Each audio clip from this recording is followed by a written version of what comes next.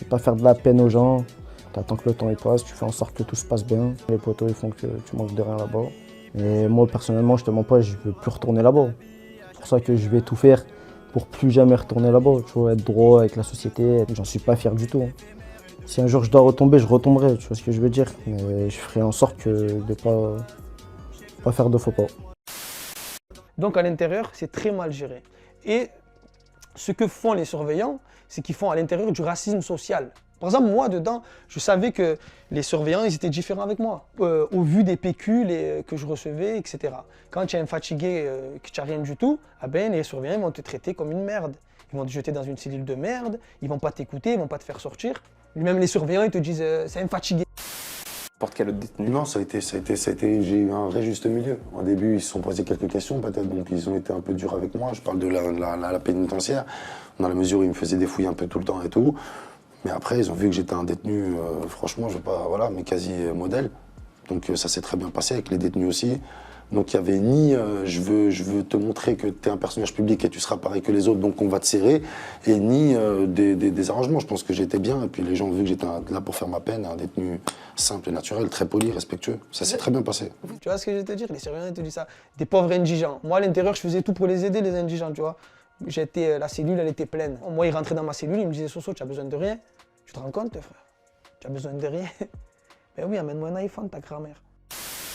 Exact. Toi qui as été incarcéré l'année passée, est-ce que du coup tu penses que la prison c'est aussi une histoire de fierté? Non, c'est pas une fierté, hein. C'est pas une fierté, du tout. Parce que carrément, c'est un échec, tu te fais péter la honte. Mais c'est une honte personnelle ou une honte juste de quand tu reviens, tu dis tout le monde te regarde en mode là il se fait péter? C'est grave, qu'est-ce que tu te fais péter, tu vois. Je m'en fous, moi, du regard des gens, tu vois. C'est ma mère, elle pleure, mon daron, il veut plus me parler, tu vois. Il voit plus mon petit frère, ma petite sœur. Frère, c'est pas une fierté, hein. Mercredi, tous les mercredis midi, jour des frites. Il y en a, ils sont mi-tard, ils l'attendent. Finalement, ils n'ont rien à manger, ils pensent à ça. Lundi soir, oh, vivement mercredi, jour des frites. Ils attendent même pas de sortir du mi-tard, ils attendent juste le jour des frites. Souvent, j'y repense. Souvent au quartier, on en reparle. Parce que souvent, dans les quartiers, un il rentre, un il sort, un il rentre, un il sort. Là, on est là, ça fait on en parle, t'étais là-bas, Villefranche, là-bas, t'es surveillant là. Comme ça, je suis plus dans le mauvais souvenir. Le premier jour que je suis arrivé à Fresnes, je suis allé dans la promenade. Et en fait, il y a un mec du haut de sa cellule, peut-être qu'il n'avait pas la promenade à la même heure que moi. Il m'appelle. Ah, Caris. Et moi, je calcule pas, tu vois. Je fais le mec qui répond pas et tout. Je continue, tac. Deuxième jour, encore. Ouais, Caris. C'est le même mec, hein, qui me dit ça. Caris. Je calcule pas. Troisième jour de promenade, il me refait la même chose. Je me dis, bon, vas-y, cette fois-ci, je vais, tu vois. Et là, je me lève et je lui fais un signe comme ça, tac. Et après, je tourne la tête et j'entends, ouais, Zarma, il lève la main, il s'est pris pour qui, il a eu, il se prend pour. J'étais choqué. Je me suis dit, ça fait 3 jours, t'es en train de me dire un truc, je te fais un signe et tu me dis, je béflant. Je sais pas si tu vois ce que je veux dire, c'est la mentale de là-bas. Le pire truc que t'as vu en prison. Oh, un jour, je te m'étonne pas, il y avait une bagarre de lame de rasoir, c'était baisé ma gueule. C'était trop baisé, c'était Far West, wesh. Ça se mettait des coups de lame de rasoir dans la... wesh. C'était trop baisé, Hassan. Wallah, c'était baisé quand même. Ouais, j'avoue, ce jour-là, je me suis dit, ah ouais, c'est baisé le star, mec. Et du coup la prison, c'est un thème récurrent dans le rap.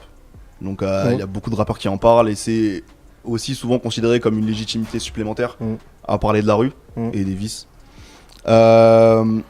Et du coup, par exemple, un mec comme Gucci Mane, il disait que la prison c'était la meilleure chose qui lui soit arrivée.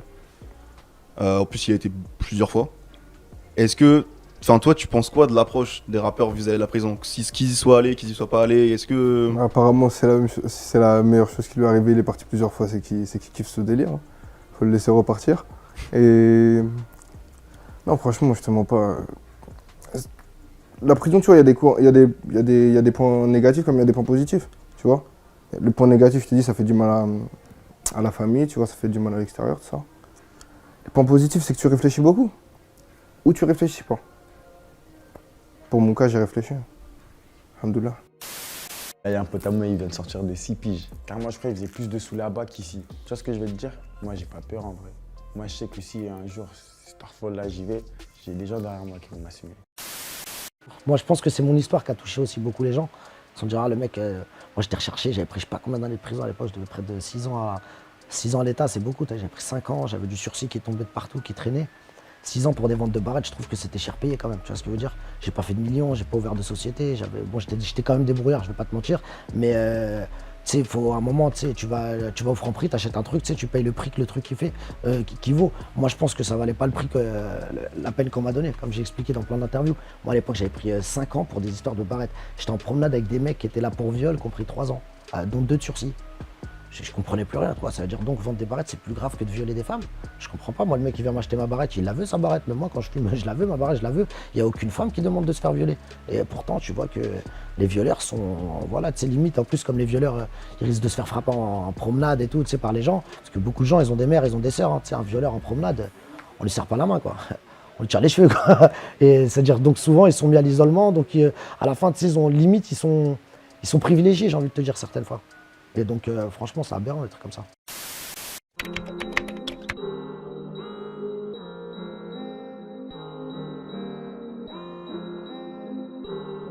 Bah, c'est sale comme le mur derrière toi, en fait. Tu vois, c'est pareil. Tout ça, c'est comme ça ressemble à ça, en fait. Après, j'ai vécu certaines choses que tu viens de dire. Les fouilles et tout ça à nu. Après, les puces, bah non, je suis pas resté assez longtemps, je pense. Il y a des rats, c'est très insalubre. Les douches, elles sont sales et tout. Je crois que le plus important à dire, c'est surtout que ceux qui ont déposé des plaintes auprès de l'Union européenne, ils ont, au niveau de l'insalubrité, au niveau de la déshumanisation, ils ont raison. C'est surtout pour ceux qui sont là-bas depuis longtemps, tu vois. C'est dur, c'est très très dur. Ouais, bien sûr, j'ai pas voulu. Parce qu'à la santé, il y a le quartier VIP, ce qu'ils appellent comme ça, ils appellent quartier VIP, mais tu sais, va voir les VIP, c'est qui là-bas, hein, comme je t'ai dit. Hein, t'avais, je sais pas combien de violeurs, les pédophiles, les trucs, ils les mettent tous là-bas. Parce qu'un pédophile, frère, va le mettre en promenade. Mais Moula, il fait pas une promenade. Il va rester 20 minutes, 30 minutes. Suffit que quelqu'un sache qu'il est là pour une histoire de pédophile, mais n'importe qui, il va l'éclater, il va se prendre un malin plaisir, il connaît même pas comment ça s'appelle, la victime ou truc, c'est juste que voilà. Et donc ils les mettent au VIP. Et donc moi, il voulait que j'aille au VIP. J'ai dit, mais jamais de la vie, je vais aller là-bas. J'avais dit à la directrice, j'avais dit, à l'époque, j'ai dit, vous allez me mettre là-bas, vous allez me gâcher ma vie. Vous allez me ruiner ma vie. Moi, je suis là pour une peine, je fais ma peine, je sors. La prison, c'était la 4e fois à l'époque que j'y allais. J'ai dit, moi, je connais les détenus, on s'est déjà vu dans d'autres prisons, il y a des mecs de mon quartier, des trucs. Je vais aller à l'isolement, je vais mal finir. Je vais m'embrouiller avec un pointeur, un truc, je vais me retrouver pour cadavre alors que tu sais, je suis pas meurtrier, moi je suis rien de loin de là. Mais comme je t'ai dit, tu te retrouves à la douche, t'as Guy Georges qui te regarde comme ça. Tu vois ce que je veux dire? Voilà, ça va partir en cacahuète cette histoire. Donc voilà, j'ai préféré éviter le VIP et alhamdoulilah, grâce à Dieu, j'ai bien fait. Je pense que j'ai bien fait. Ouais, cette vidéo, elle a dû être prise par un mec de sa cellule, tu vois. En fait, ce qui est dur, c'est la solitude, c'est d'être seul en fait tout le temps. Comme moi, j'étais en isolement médiatique. Je voyais des détenus parce que bon, ils venaient tout le temps taper à ma cellule et tout, mais après, t'es tout seul, tu vois. Mais en vérité, tu te dis, est-ce que c'est pas plus mal? Je pense qu'il y a beaucoup de détenus qui aimeraient être seuls quand même dans leur cellule. Après, dans la promenade, c'est dur. Parce que tu vois, t'as 2 heures de promenade tout seul, dans un petit carré comme ça, tu vois. Au bout de 20 minutes, tu pètes un câble. T'as même envie de leur demander de retourner dans ta cellule, pour te dire. C'est un sentiment étrange. Ça veut dire, il y a un moment où et je suis pas le seul à avoir ressenti ça, parce que je discutais avec d'autres détenus, ils m'ont dit la même chose. Il y a un moment dans la promenade où tu as envie de retourner dans ta cellule. Tu préfères même être dans la cellule que dans la promenade. Pourtant, c'est censé être normalement un exutoire, tu vois, prendre l'air et tout, tu vois. Alors qu'en fait, c'est encore plus dur que d'être dans la cellule.